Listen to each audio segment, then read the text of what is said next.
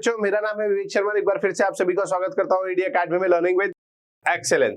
तो बच्चों, हम कर रहे थे एप्लीकेशंस ऑफ ट्रिग्नोमेट्री और यहाँ पर आज मैं उसका थर्ड वीडियो लेकर आ गया हूं, जो कि लास्ट वीडियो है, और इसमें हम डिस्कस करेंगे हमारे लास्ट क्लास में दिए गए कुछ होमवर्क क्वेश्चंस को। ठीक है, तो स्टार्ट करते हैं। चलो, तो पहला क्वेश्चन है, find the angle of elevation of the sun when the length of the shadow of a pole is √3 times the height of the pole. ठीक है, तो यहाँ पर √3 आना था, मैंने आपको बोल दिया था। अब यहाँ पर जब हम बात करेंगे तो इस सवाल को मैंने कल भी लास्ट क्लास में बताया था आपको, तो ध्यान से देखिए कैसे करना था। ये पोल है और यहाँ पर सन है। अब सन के इस तरह से होने के कारण इस पोल की बनेगी शैडो। ठीक है, और शैडो कुछ इस तरह से ग्राउंड पे इस तरह से लेंथ उसकी आ जाएगी। अब आपको बोला गया है जो पोल है उसकी जो शैडो है वो √3 टाइम्स है हाइट की। तो मान लीजिए इसकी हाइट है h, तो √3h इसकी लेंथ हो जाएगी शैडो की। क्लियर? यहां पर आपसे पूछा जा रहा है कि यदि आप देखें तो यहां पर एंगल ऑफ एलिवेशन ऑफ सन क्या है। ठीक है, तो पॉइंट C से यदि सन को देखा जाए तो एंगल ऑफ एलिवेशन क्या है। इसके लिए आपको क्या करना है, देखो, दो जो इंफॉर्मेशन आपके पास प्रोवाइडेड है वो है आपका परपेंडिकुलर और बेस। ठीक है, ये 90 डिग्री का ट्राइंगल है, तो यहां पर हम ट्रिग्नोमेट्री का यूज करते हैं। तो यूजिंग ट्रिग्नोमेट्री इन ट्राइंगल ABC, यदि आप ऐसा करने जाते हैं तो ध्यान से देखिए, परपेंडिकुलर अपॉन बेस, और आपको याद होना चाहिए कि ट्रिग्नोमेट्रिक रेशियो में परपेंडिकुलर और बेस का रेशियो क्या होता है, 10। तो tan थीटा की यहां बात चल रही है। और परपेंडिकुलर अपॉन बेस के केस में बात करें तो परपेंडिकुलर की वैल्यू यहां पर h रखी गई है, जबकि बेस की वैल्यू √3h है। जब आप ऐसा करते हैं तो tan थीटा जो है कितना हो जाएगा, h से h कैंसिल आउट, तो 1/3। अब मुझे लगता है कि बच्चों को पता होगा कि tan थीटा में 1/√3 कहां एग्जिस्ट करता है। तो ध्यान से देखो क्या आ जाएगा, tan theta is equals to tan 30 degree.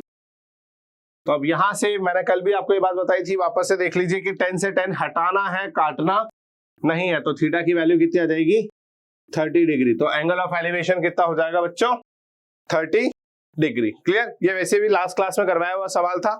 चलो, नेक्स्ट क्वेश्चन क्या कह रहा है हमसे, the angles of depression of two ships from the top of a lighthouse are 45 and 30 degree. ऐसा क्वेश्चन हमने करा है। ध्यान से देखो क्या कह रहा है, आप किसी लाइट हाउस पे खड़े हैं और यहां से जो शिप आ रहे हैं उनका जो एंगल ऑफ एलिवेशन है, या यूं कह लो कि एंगल ऑफ डिप्रेशन है, बात सेम ही रहती है। तो the angles of depression of two ships from the top of a lighthouse are 45 and 30 degree. तो इस पॉइंट से पर्टिकुलरली एक लाइट हाउस पे खड़ा पर्सन उनको देख रहा है, दो शिप्स को, जो कि C और D पोजीशन पर हैं, और यहां पर वो कह रहा है कि इनके जो एंगल ऑफ एलिवेशन डिप्रेशन है वो 45 and 30 डिग्री है। अब आप मुझे बताओ बेटा कि यदि A पर से कोई पर्सन देख रहा है तो एंगल ऑफ डिप्रेशन कैसे काउंट होगा, कुछ इस तरह से। तो दूर वाला शिप का एंगल छोटा होगा, तो यहां पर कितना डिग्री आ जाएगा, 30 डिग्री। तो दूर वाले शिप का जो एंगल ऑफ डिप्रेशन है वो 30 डिग्री होगा, जबकि जो पास वाला शिप है उसका एंगल ऑफ डिप्रेशन थोड़ा ज्यादा होगा, और उसका एंगल ऑफ डिप्रेशन कितना हो जाएगा, 45 डिग्री। क्लियर? अब यदि हम एंगल Z एंगल का यूज करें, Z एंगल मतलब ऑल्टरनेट इंटीरियर एंगल्स का यूज करें, तो ये क्या हो जाएगा, ये 45 हो जाएगा और ये हमारा 30 डिग्री हो जाएगा। क्लियर? अब इतना होने के बाद एक और इंफॉर्मेशन देखो, यहां पर एक डिस्टेंस ये है, एक डिस्टेंस ये है, एक डिस्टेंस ये है। हमारे पास 3 डिस्टेंसेस है और उनमें से हमें कोई एक चाहिए। तो सवाल क्या बोल रहा है उससे हमसे कि if the ships are 100 metre apart, मतलब शिप्स जो है वो 100 मीटर अपार्ट है। 100 मीटर अपार्ट का मतलब दोनों के बीच की डिस्टेंस जो है वो 100 मीटर है, मतलब CD जो है वो 100 मीटर है। हालांकि ये बात भी गलत है, क्योंकि 100 मीटर बहुत कम डिस्टेंस होती है बड़े बड़े शिप्स के हिसाब से। क्लियर? क्योंकि शिप ही अपने आप में 300 मीटर लंबे हो जाते हैं कई बार। तो इस तरह से ये वाली चीज है, बट ठीक है, अब क्वेश्चन के हिसाब से उन्होंने बोला है कि ये शिप्स जो है एक दूसरे से 100 मीटर अपार्ट है। Find the height of the light house. तो लाइट हाउस की हमें हाइट पता करनी है, जिसको हम x मीटर नाम दे देते हैं, और इस डिस्टेंस को हमने x मीटर नाम दे दिया। ठीक है, अब एक बात ध्यान रखना, इस पूरे क्वेश्चन में हमें इस x से कोई फर्क नहीं पड़ता है कि x क्या है। तो ध्यान रखना कि हम जब भी सॉल्व करने जाएंगे तो इस तरह से सॉल्व करेंगे कि हमारा h निकल के आए, हमें x से कोई मतलब नहीं है। क्लियर? चलो, तो अब स्टार्ट करते हैं। तो सबसे पहले क्या करेंगे, वही एंगल ऑफ डिप्रेशन वाली बात को हम थ्योरी में लिखेंगे। ए बी सी डी हमने क्या क्या मेंशन किया ये आप डिटेल बताएंगे, उसके बाद स्टार्ट करते हैं। तो इन ट्राइंगल, पहले छोटा ले लेते हैं, A B C, in triangle A B C using trigonometry. ये करने के तरीके बच्चों ध्यान रखो, जितना आप इनका यूज करोगे उतना ज्यादा अच्छा होगा। परपेंडिकुलर और बेस का रिलेशन tan थीटा कहलाता है। तो मैंने आपको जब स्टार्टिंग वीडियो था इस चीज का तब भी आपको बोला था कि मैक्सिमम केसेस में आप tan थीटा यूज करोगे। लास्ट एक क्वेश्चन में जो हमने प्रीवियस वीडियो में पढ़ा था उसमें हमने एक जगह sin थीटा यूज किया था, नॉर्मली हम हर जगह tan थीटा ही यूज कर रहे हैं। तो यहाँ भी हम tan थीटा यूज करेंगे। तो परपेंडिकुलर और बेस का रिलेशन tan थीटा होता है। तो using trigonometry tan theta is equals to perpendicular upon base tan, और थीटा की वैल्यू कितनी है 30 degree, is equals to perpendicular की वैल्यू h और बेस की वैल्यू x। tan 30 की वैल्यू जब आप रखेंगे तो 1/√3 हो जाएगा, which is equals to h upon x। अब ध्यान से देखो बच्चा, यहां पर आप बोल सकते हो कि x is equals to h√3। Clear, ये इंफॉर्मेशन हमारे लिए काम की। हमें x की वैल्यू चाहिए इन टर्म्स ऑफ h, ताकि अगले क्वेश्चन में या अगले पार्ट में जैसे ही हम आगे मूव करेंगे वैसे ही हम इसको क्या करेंगे, x को रिप्लेस कर देंगे h से, और हमारा पूरा क्वेश्चन जो है h में आ जाएगा। चलो, तो यहां पर हो गया, ये हमारा फर्स्ट पार्ट हो गया। अब हमें चाहिए क्या, h। तो उसको निकालने के लिए हम इस h और x के रिलेशन का बड़े वाले ट्राइंगल में यूज करेंगे। चलो, तो ABD ट्राइंगल की बात करते हैं। In triangle ABD using trigonometry, जब आप ट्रिग्नोमेट्री का यहां यूज करेंगे तो क्या होगा, tan 45 degree is equals to h upon x plus 100। tan 45 की वैल्यू कितनी होती है 1, तो यहां पर आप सॉल्व करते जाएंगे तो h अपॉन x की वैल्यू h√3 थी प्लस 100, क्रॉस मल्टीप्लाई करते क्या हो जाएगा, h√3 plus 100 is equals to h। Simplify कीजिए इसको, तो h√3 minus 1 is equals to 100। Clear, समझ गए बच्चों? तो आगे चलते हैं। ओके, तो ये है हमारा नेक्स्ट क्वेश्चन। क्या कह रहा है बच्चों, ये नेक्स्ट क्वेश्चन हमसे, the angle of depressions of two ships from the top of a lighthouse are 45 degree and 30 degree towards east. If the ships are 100 metre apart, find the height of a lighthouse। अब क्या बोल रहा है, एक light house पे एक person खड़ा हुआ है और यहां से देखता है तो उसकी तरफ दो शिप्स आ रहे हैं, और उन शिप्स के जो एंगल ऑफ डिप्रेशंस है वो कुछ इस तरह से कि एक का 30 डिग्री है और एक का 45 है। अब ये तो आपको पता लग ही जाएगा कि हमने 30 और 45 किस तरह से दिया है। जो छोटा एंगल है वो 30 डिग्री, जो बड़ा एंगल है वो 45 डिग्री। तो इस हिसाब से जब ये 30 जाएगा तो ये एंगल 30 डिग्री हो जाएगा और ये वाला एंगल 45 हो जाएगा। क्लियर, इनको हम नाम दे देते हैं ए बी सी और डी। क्लियर, चलो इतना समझ में आ रहा है। अब वो कह रहा है कि ये जो दोनों शिप्स हैं एक दूसरे से, सी और डी पर जो शिप्स है वो 100 मीटर अपार्ट है, तो इसका मतलब ये वाली डिस्टेंस 100 मीटर है। इसके बाद यदि हम BC की बात करें तो वैसे तो हमें चाहिए नहीं, इसलिए इसको हम x मीटर नाम दे देते हैं। और हमें आगे चल के ये भी ध्यान रखना है कि इसको सॉल्व में पार्टिसिपेट नहीं करवाना, मतलब हमें उसकी जरूरत नहीं, तो हम x सॉल्व नहीं करेंगे, हमें h की जरूरत। ठीक है, h क्या है, यहाँ पर हमने उस लाइट हाउस की हाइट को मान लिया है। चलो, अब याद करो, जब आपको बताया गया था तो ट्रिग्नोमेट्री में ये कैसे करते थे। मैंने आपको बोला था सबसे पहले ये ABCD ये नाम आपने दिए हैं, तो सबसे पहले आपको यही समझाना होगा। तो आप थ्योरी लिखेंगे, उसके बाद क्या होगा, in triangle ABC, in triangle ABC tan theta is equals to perpendicular upon base होता है। Yes, clear. अब tan यहां पर एंगल है 45 डिग्री और परपेंडिकुलर की वैल्यू है h, बेस की वैल्यू है x। सिंप्लीफाई करा तो tan 45 की वैल्यू 1 h अपॉन x, और यहां से हमारा जो रिलेशन है वो क्या निकल के आएगा बच्चों, x is equals to h। Clear, x is equals to h। पहले तो हमारे पास ये कैलकुलेशन आ गई है कि हमारा h और x बराबर है। क्लियर, अब इसके बाद हम आगे सॉल्व करने जाएंगे, तो ध्यान से देखो। अब हम इसको आगे सॉल्व करने जाएंगे तो ध्यान से देखो। ओके, यहां पर क्या होगा, ट्राइंगल, हम कौन से ट्राइंगल की बात कर रहे हैं, ध्यान से देखो, ABD ट्राइंगल की। ठीक है, तो in triangle ABD in triangle ABD using trigonometry tan 30 degree जो होता है वो किसके बराबर हो जाएगा, परपेंडिकुलर अपॉन बेस। अब यहां पर आपको परपेंडिकुलर की वैल्यू पता होगी कि हमने h रखी, पर बेस जो है वो x प्लस 100 हो जाएगा। क्लियर, ध्यान से देखो, परपेंडिकुलर तो हमारा सेम ही रहेगा बट बेस हमारा x प्लस 100 होगा क्योंकि ट्राइंगल बड़ा वाला है। Clear, okay. यहां पर हो गया tan 30 की वैल्यू 1/√3 हो जाएगी। इसके बाद आपको जो पता होना चाहिए वो ये है कि x की वैल्यू आप निकाल चुके हो h के टर्म्स में, तो x की जगह आप क्या कर दोगे h, तो 1/√3 is equals to h upon h plus 100। Simplify किया तो h plus 100 is equals to h√3। Clear, h को उधर भेज दीजिए तो 100 is equals to h√3 minus h, h simplify करा था √3 माइनस 1, ये आ गया 100। अब यदि हम h की बात करें तो ये कितना हो जाएगा बच्चों, 100 अपॉन √3 माइनस 1। ठीक है, वैसे तो ये आंसर कंप्लीट हो गया बट वही क्योंकि नीचे रूट नहीं होना चाहिए तो रैशनलाइज कर लेते हैं, तो यहाँ पर इसी पॉइंट पर हम इसको रैशनलाइज कर देंगे √3 प्लस 1 से। ठीक है, इसको सिंप्लीफाई किया तो कितना आ जाएगा 200 √3 प्लस 1 50 √3 प्लस 1।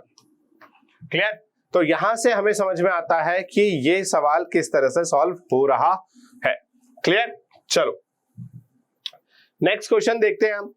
नेक्स्ट क्वेश्चन क्या कह रहा है, 2 pillars of equal heights are on either sides of a road side which is 30 metre wide. तो क्या है, एक रोड है जो 30 मीटर वाइड है और इस रोड पर आपके दो पिलर्स हैं जो कि सेम हाइट के हैं। इसमें क्या है, at a point on the roadway between the pillars the elevations of the top of the pillars are 60 degree and 30 degree. एक ही बच्चा जो इस क्वेश्चन में गलती करेगा वो छोटी सी मिस्टेक ये होगी कि वो क्या करेगा, इसको बीचों बीच पॉइंट पे बना देगा और कहेगा सर ये 30 और ये 60। किसने कहा ये 30 और वो 60 होगा? आप खुद लॉजिकली देखिए, यदि आप किसी रोड के बीचों बीच खड़े और दो सेम हाइट्स को देखेंगे तो एंगल ऑफ एलिवेशन तो सेम ही होगा। यस और नो? तो बच्चा यही करता है इस क्वेश्चन में मिस्टेक कि वो बीचों बीच लगा देता है। ये एक्चुअली मिड में नहीं है, ये बीच के किसी एक पॉइंट पर है जहां से एक जगह के पिलर को देखने का एंगल 60 डिग्री है और एक जगह को देखने का 30 डिग्री। अब कितने बच्चों के दिमाग में ये है कि सर आपने पास वाले को 60 डिग्री क्यों दिया और दूर वाले को 30 डिग्री क्यों दिया? तो इसका भी लॉजिक भाई वीडियो में हर क्वेश्चन में आपको समझा रहा हूं कि बेटा जब जब आप किसी भी पास वाली चीज को देखोगे तो आपको गर्दन ज्यादा उठानी पड़ेगी। कंपैरेटिवली यदि आपने किसी ऐसी चीज को देखा जो आपसे दूर है तो आपका एंगल ऑफ एलिवेशन छोटा बनता है। इसलिए इस पर्टिकुलर पॉइंट से जो दूर वाला पिलर है उसका जो एंगल ऑफ एलिवेशन हमने दिया है वो छोटा दिया है और पास वाले पिलर का एंगल ऑफ एलिवेशन ज्यादा दिया है। अब वो क्या कह रहा है, find the height of the pillars and the position of the point. Point उस 30 मीटर वाइड रोड पर कहां है किसी एक पिलर से और दोनों पिलर्स की हाइट क्या है। तो मान लिया इनको नाम देते हैं ए और बी, सी और डी, और पिलर जो है इसको हम नाम दे देते हैं ई। क्लियर, पॉइंट को ई नाम दे देते हैं। अब क्या होगा बच्चों, यहां पर आप दो ट्राइंगल्स की बात करें, ट्राइंगल 1 एंड ट्राइंगल 2 की, इसमें ये h मीटर है, ये भी h मीटर ही होगा क्योंकि क्वेश्चन की पहले लाइन दे रखी है कि दोनों बराबर है। साथ ही साथ इस पूरे पॉइंट को 30 मीटर वाइड माना गया है तो इस छोटे पार्ट को हम बोल सकते हैं x, तो इस छोटे वाले पार्ट का हो जाएगा 30 माइनस x। यस और नो? इतना हो गया, समझ में आया? चलो अब हम बात करते हैं in triangle A B C using trigonometry.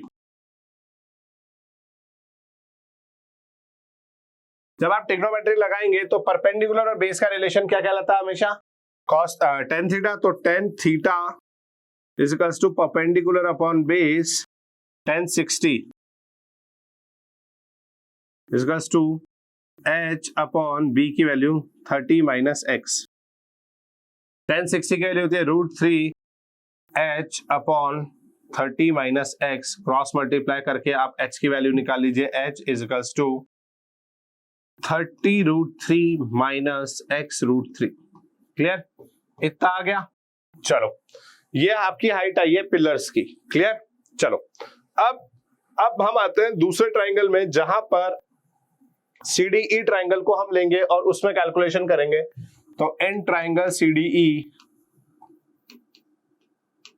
In triangle CDE using trigonometry. अब आप ध्यान से देखो, ये क्या है, ये h है और ये x है। क्लियर? तो यदि हम बात करें तो यहां पर क्या होगा, tan थीटा ही वापस से लगाना पड़ेगा हमें। tan theta is equals to perpendicular upon base, और परपेंडिकुलर की वैल्यू h है जबकि बेस की वैल्यू इस वक्त हमारी सिर्फ x है। tan थीटा और tan यहां पर कितना लगेगा हमारा, tan 30 डिग्री। tan 30 की वैल्यू थी 1/√3 is equals to h upon x। Cross multiply करने पर x की वैल्यू कितनी आ जाएगी, h√3। ये इक्वेशन नंबर 2 हो जाएगी। इतने में कोई डाउट है तो बताओ। क्लियर? हमने सिंपल मैथ्स करी है, यहाँ पर तो ऐसा कुछ खास नहीं करा है। अब आते हैं बात, तो क्वेश्चन कह रहा है कि h की जो वैल्यू है वो ये है, और यहां से हम कह रहे हैं x की वैल्यू ये है। तो अब क्या करेंगे, by equation 1 and 2, by equation 1 and 2, 1 and 2 से हम क्या करेंगे, हम करेंगे कि h की जो वैल्यू थी 30√3 माइनस x√3, इस x की वैल्यू h√3 हम यहां डाल देंगे। तो 30√3 माइनस h√3 इंटू √3, सिंप्लीफाई करने पे ये 30√3 माइनस 3h, h यहां आ जाएगा और 3h इधर उठ के आ जाएगा, तो 4h इज इक्वल्स टू 30√3। तो h की वैल्यू कितनी हो जाएगी बच्चों, 30√3 upon 4 which is equals to 15/2√3। समझ में आया बच्चों? सवाल बड़ा अजीब सा है, बट जैसा भी है कुछ ऐसा ही है, तो ध्यान से समझ में आया। तो यहां पर ये आ जाएगा आपका, कितना हो गया बच्चों, h की value 30√3 minus x√3, 30√3 minus x√3, और हमने जैसे वैल्यूज दी, जैसे x की वैल्यू उसने हमें h√3 दी, हमने यहाँ पुट कर दी, सॉल्व कर दिया, तो √3 इंटू √3 3h, ये 3h उठ के इधर आएगा तो 4h बन जाएगा, और सिंप्लीफाई करने पर h की वैल्यू आ गई है 15/2√3, और सिंप्लीफाई करना चाहो तो 7.5√3 भी कह सकते हो। ये हाइट ऑफ द पिलर हो गई है। अब यदि आपसे पूछा जाए कि एक्चुअली जो उनके बीच का पॉइंट था x, उसकी वैल्यू कितनी है, तो x की वैल्यू उसने बोली है कि h√3 थी, तो h की वैल्यू आप डाल दीजिए 7.5 इंटू √3 और फिर एक और √3, मल्टीप्लाई करने पे 3 इंटू 7.5 हो जाएगा which is equal to 21.5 metre, sorry 22.5, 22.5 metre आ जाएगा, जिसका मतलब हो जाता है हमारा कि ये जो पॉइंट है, ये जो पॉइंट है ये 22.5 पर है, तो इसका मतलब ये पास होगा, तो इसमें से यदि आप घटाओगे तो ये 7.5 आ जाएगा। इसका मतलब ये यहां से पास है 7.5 मीटर पर, और यहां से 22.5 मीटर की डिस्टेंस पर है। सवाल में कोई डाउट है तो बताइए। सिंपल, ऐसा क्वेश्चन कई बार आपको देखने को मिलता है, और ऐसे क्वेश्चंस में आपको ज्यादा दिमाग चलाना नहीं होता है, बट फिर भी देखो बच्चों, पिछले 3-4 क्वेश्चन से हम देखते आ रहे हैं, लास्ट वीडियोस में भी हमने देखा कि यहाँ पर अब हमारे पास 2-2 ट्रायंगल बनने लगे हैं। तो आपको कभी भी 2 ट्रायंगल बन जाए तो डरना नहीं है, आपको सिर्फ सिंपल एक स्टेप फॉलो करनी है कि पहले हम फर्स्ट ट्रायंगल को सॉल्व करें, फिर सेकंड ट्रायंगल को। किसी भी ऑर्डर में कर लीजिए, कोई फर्क नहीं पड़ता। एक पॉइंट पर बस आपकी मैथ्स यदि स्ट्रांग है तो आप उसको सिंप्लीफाई करते हुए मर्ज कर देंगे और आपका आंसर निकल कर आ जाएगा। क्लियर? चलो अब इसके बाद आते हैं हमारे नेक्स्ट क्वेश्चन पे, जो कि कुछ ऐसा है कि a person standing on the bank of a river observes that the angle of subtended by a tree on the opposite bank is 60 degree. When he retries 14 meters from the bank, he finds the angle of depression angle to be 30 degree. Find the height of the tree and the breadth of the river. तो क्या कह रहा है, एक नदी है, इसके कोने पर एक पेड़ है, और इसका यहाँ पर एंगल ऑफ एलिवेशन कह लो, या जो सामने वाले ट्रीज का यहाँ पर एंगल आ रहा है वो 60 डिग्री आ रहा है दूसरे बैंक पर। ये बैंक 1 है, ये बैंक 2 है। पर्सन यहाँ खड़ा होकर ऑब्जर्व कर रहा है, तो उसने देखा कि यहाँ से उसका जो टॉप है ट्री का, वो जो है वो 60 डिग्री पर है, और अब यदि वो यहाँ से कितना 14 मीटर चल जाता है, तो यहाँ से जो ट्री का एंगल ऑफ एलिवेशन है, या इस तरह से कह लो, तो ये 30 डिग्री हो जाता है। क्लियर? अब उसने कहा है कि ये 14 मीटर चला है और इस तरह से एंगल चेंज हो गया है, तो आपको बताना है find the height of the tree and the breadth of the river. तो बेसिकली ये 14 दिया हुआ है, ये वाला आपसे x मीटर पूछा हुआ है, और ये ट्री की भी हाइट पूछी हुई है, हाइट ऑफ द ट्री। तो सेम क्वेश्चन है, सेम क्वेश्चन है, ये वाला नहीं, इससे प्रीवियस वाला, ये वाला सेम, पर प्रीवियस क्वेश्चन में सिर्फ आपसे h पूछा हुआ था, इसलिए मैं देखो कहां पर स्टिक हो गया था, h पर, और x नहीं निकाला था। x का रिलेशन हमें पता है, ये रहा, यदि हमें पता लग जाता h तो हम x भी निकाल देते। सेम क्वेश्चन है, थीटा चेंज है बट सेम क्वेश्चन है, डायग्राम सेम है, तो ये क्वेश्चन बहुत इजीली हो जाएगा आपसे, इसमें कोई ऐसी दिक्कत की बात नहीं आएगी। ठीक है, ये ट्रायंगल 1 हो जाएगा और ये दूसरा वाला बड़ा ट्रायंगल 2 हो जाएगा। आप दोनों को सॉल्व कीजिएगा, आंसर आ जाना चाहिए। ठीक है, फिर भी कुछ ऐसा बच्चों को लगे तो प्लीज कमेंट बॉक्स में मेंशन कर दीजिएगा, हम इसको सॉल्व करके आपको बता देंगे। चलो नेक्स्ट क्वेश्चन, ये लास्ट क्वेश्चन है। The upper part of the tree broken by the wind makes an angle of 60 degree with the ground, and the distance from the foot of the point foot to the point where the top of the tree meets the ground is 20 meters. What is the height of the tree? तो ये कह रहा है एक पेड़ है, कुछ ऐसा था, कुछ हवा चली और वो ट्री टूट गया, तो सिचुएशन कुछ ऐसी हो गई कि अब वो पेड़ इतना बड़ा नहीं रहा, कुछ ऐसा हो गया, और ये जो है ग्राउंड से इसको 20 मीटर पर टच करता है, और यहां से जो फुट का इसका एंगल बन रहा है 60 डिग्री बन रहा है। तो बेसिक क्वेश्चन है, बट मजेदार बात यह है कि बच्चा इसमें क्या निकाले उसको ये समझ में आना चाहिए। देखो बच्चा, ये पेड़ पूरा इस तरह से आड़ा पड़ा हुआ है, तो कुछ पार्ट उसका स्टैंडिंग पोजीशन में और कुछ पार्ट टेड है। यहां पर देखें तो पार्ट उसने आपको ट्री की हाइट पूछी है, what was the height of the tree, tree की हाइट क्या थी। तो बेसिकली यदि हम बात करें तो हमें पूरा पेड़ की हाइट जानना है। इसके लिए हमें एक तो ये वाला पोर्शन चाहिए और एक ये वाला पोर्शन चाहिए, और हमें बेस दे रखा है, तो बेस से परपेंडिकुलर का रिलेशन tan हो जाता है और बेस से हाइपोटेनियस का रिलेशन cos हो जाता है। तो पिछले 3 वीडियोस में जितने हमने वीडियोस में क्वेश्चंस देखे उन सब में ये पहला क्वेश्चन जहां हम cos का रिलेशन भी देखेंगे। चलो तो स्टार्ट करते हैं।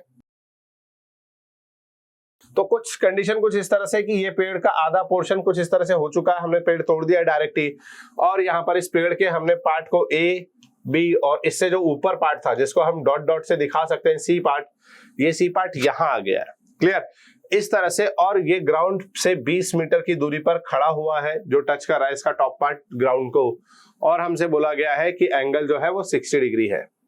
ठीक है, सो इन ट्राइंगल एबीसी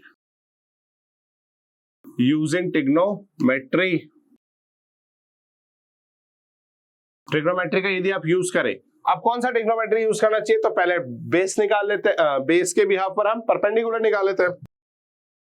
तो tan थीटा कहता है perpendicular upon base, tan theta में थीटा की वैल्यू आपने रखी 60 डिग्री, तो tan 60 degree is equals to h upon 20, इस हाइट को मैंने क्या नाम दे दिया, h, क्लियर। चलो, तो यहां पर tan 60 की वैल्यू √3 हो जाएगी और h 20 इस तरह से क्रॉस मल्टीप्लाई करने पर h की वैल्यू कितनी आ जाएगी बच्चों, 20√3। अब बच्चे कोशिश करते हैं, खुश हो जाते हैं कि सर हमारा तो आंसर आ गया। बच्चों उसने ये पर्टिकुलर h नहीं पूछा है, ये वाला पार्ट भी तो जानना है उसे, क्योंकि ट्री तो पूरा यहां तक है ना। ओल्ड ट्री की हाइट पूछी गई, वॉज मतलब पास्ट में, टूटने से पहले जो हाइट थी, तो उसके लिए सिर्फ ये नहीं, ये वाला पोर्शन भी निकालना है, दोनों को ऐड करना है। ठीक है, तो चलो दूसरे वाले के लिए हम वापस से ट्रिग्नोमेट्री यूज कर लेते हैं। तो यूजिंग ट्रिग्नोमेट्री इन ट्राइंगल एबीसी, एबीसी की हम बात कर रहे हैं, उसमें हम यदि ट्रिग्नोमेट्री यूज करें तो इस बार ध्यान से देखो, बेस और हाइपोटेनस का रिलेशन है, मतलब हमें cos थीटा की बात करनी पड़ेगी। तो cos theta is equals to base upon hypotenuse, ठीक है, याद है ना, लाल बटा कक्का। ठीक है, चलो, तो यहां पर आप cos 60 की वैल्यू रखेंगे, cos 60 is equals to base की वैल्यू 20 और हाइपोटेनियस की वैल्यू आपको निकालनी है। cos 60 की वैल्यू होती है 1/2 20 hy, तो हाइपोटेनियस की वैल्यू कितनी हो जाएगी 40, 20 into 2 which is equals to 40। Clear, ध्यान से देखो, इसमें कोई डाउट है तो बताओ। क्लियर, cos 60 की वैल्यू कितनी होती है 1/2 ही होती है। ठीक है, तो हाइपोटेनियस कितना आ गया 40। अब यदि आपसे पूरे पेड़ की हाइट पूछी जाए, so height of the tree is